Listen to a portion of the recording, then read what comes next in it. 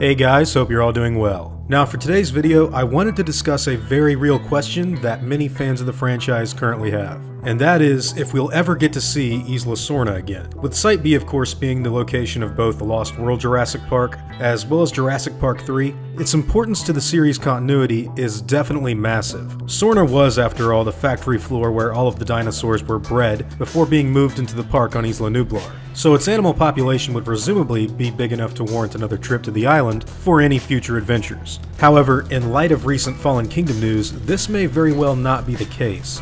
The revelation that Isla Sorna was used as a testing ground by Masrani Global after the events of the Lost World was not only quite shocking to we as fans, but also to those who inhabit the Jurassic World universe. And with the news that many of the animals were either taken to Isla Nublar or left abandoned on the island, which was now not within normal equilibrium, I think it's safe to say that Sorna is far different than the last time we saw it in 2001. Now before I go any further, I want to make it clear that this isn't exactly the first time something like this has happened to the island. In fact, a major point of conversation within the second Jurassic Park novel by Michael Crichton dealt heavily with the topic of dinosaur extinction on Site B. Now, I'm not saying that I think that every dinosaur is currently dead on the island as of now, but I am going to go over some of the events in the novel, as well as information from the Dinosaur Protection Group that I think could very well be brought up within the next film. So, in canon, we're told that after 1997, Isla Sorna held 6 Tyrannosaurs, 18 Raptors, 2 Carnotaurs, 5 Baryonyx,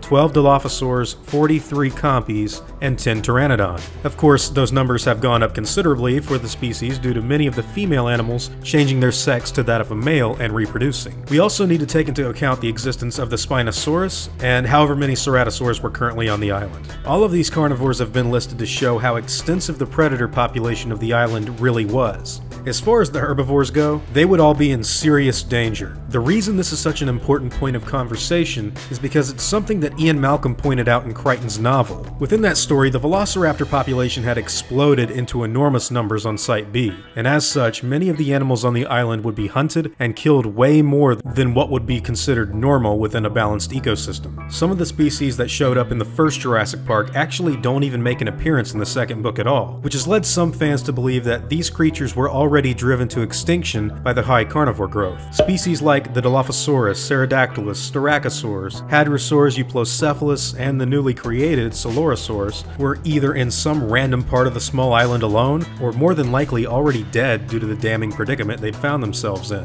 In the novel, it's revealed that all of the dinosaurs will eventually die. This is gathered from a number of different sources, but none more interesting than that of the DX disease, a fatal prion-related illness that had already infected both the Compy and Raptor populations. With these animals attacking and biting into anything they could find, it was only a matter of time before DX would spread and all dinosaurs would become extinct once again. As far as we know, Jurassic World Fallen Kingdom won't adapt the DX disease into its plot, but hey, that could very well change. Now, we do have information that the imbalanced ecosystems and high predator population of the movie universe Sorna is a serious issue, one that could very likely lead to a similar situation of mass extinction that we were told would come to pass in the book. After going over all of these sources and thinking on the various probable outcomes the future may have, I'm going to say that I think it's very unlikely that we will see Sorna anytime soon. In fact, I'll go ahead and state that I don't think we will get to see it in Fallen Kingdom. That being said, I do think that the island will be discussed and possibly even play a major role in the plot of the new film. I can see how Site B would be a very compelling place for Claire Dearing and the DPG to try and relocate the Nublar animals to after the volcano is roared back to life. As far as actually going there and having another adventure of people on Dinosaur Island,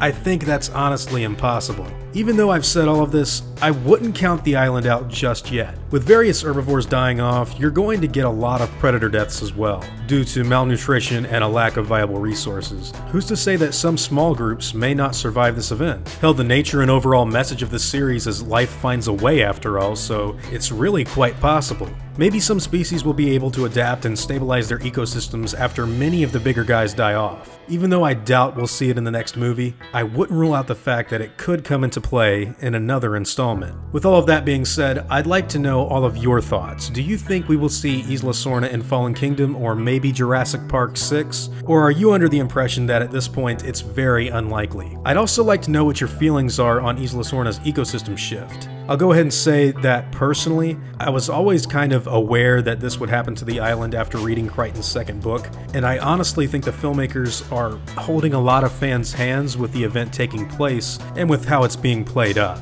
I know it's a happy feeling for one to believe that all of the dinosaurs would live there happily ever after or whatever, but if we're going by the source material, that's not really how things played out. I believe they're approaching this from a very respectable angle for those that admired the idea of a prehistoric dinosaur island, I mean I know I did, while also trying to become closer to adapting the books more faithfully. But hey, at the end of the day, this is just my opinion. I'd love to know what you all think.